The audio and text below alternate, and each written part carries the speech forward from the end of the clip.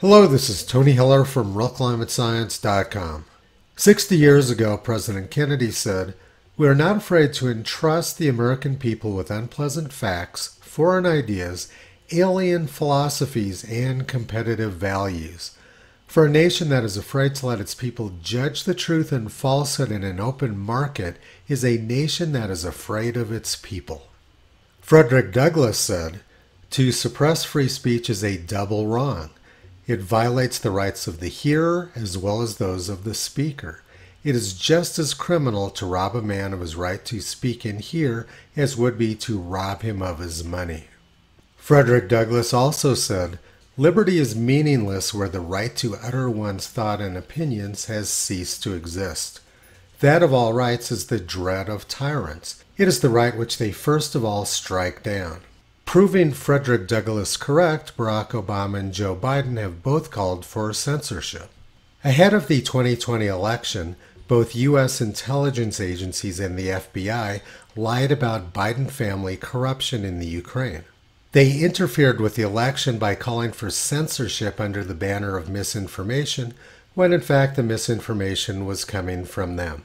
The misinformation coming from the FBI very likely altered the outcome of the 2020 election. But this video is about censorship of public discussion relating to energy and climate. In 2009, Lawrence Solomon wrote in the Financial Post, "The climate change industry, the scientists, lawyers, consultants, lobbyists, and most importantly the multinationals that work behind the scenes to cash in on the riches at stake, has emerged as the world's largest industry." A good example of this occurred 9 years ago when Al Gore sold his Green television network for $500 million to oil industry moguls in the Middle East. Any information which potentially interferes with the profits of the massive global warming industry is now labeled climate misinformation. YouTube banned advertisements on any videos which contradict the official propaganda of the global warming industry. But that's not exactly what they did, because you can see ads on my videos. What they did was they banned me from making money from my videos, while they're perfectly happy to make money themselves. I don't really care about the advertisements because I'm not doing this for money. What I'm concerned about is the other forms of censorship which YouTube is engaged in. 2 years ago I had about 90,000 subscribers, but now I have more than 118,000 subscribers. My subscriber count has increased by more than 30% over the last 2 years. But here's where the story gets interesting. 2 years ago, I used to get a lot more views on my videos than I do now. On September 14th, 2020, I got 382,969 views. 2 years ago, I was getting more than 50,000 views just about every single day, but now I almost never receive that many views in one day. My typical daily views are down about 90% from 2 years ago.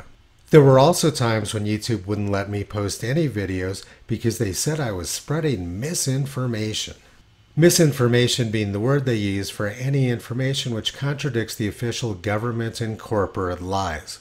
My YouTube daily view count dropped by 90% over the last 2 years, while my number of subscribers increased by 30%. That doesn't make a lot of sense. I know that one of the dirty tricks YouTube is engaged in is not notifying the vast majority of my subscribers when a new video comes out. I hear this complaint from subscribers all the time who tell me things like, "I haven't seen any videos from you for months." I'm going to end this video by once again looking at Frederick Douglass's quote, "Liberty is meaningless where the right to utter one's thought and opinions has ceased to exist.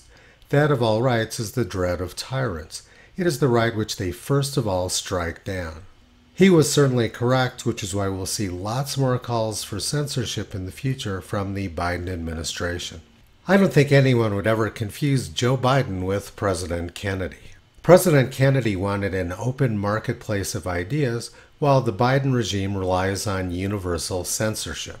Toto's been pulling back the curtain on climate misinformation from the press, politicians, and academia for the past 14 years. But he doesn't call for censorship. Instead, he calls for a debate. The people promoting the misinformation, though, will never debate because if they did, their lies would be exposed. You can visit Toto, Kyrie, Caesar, Toki, and Upala on the web at realclimatescience.com.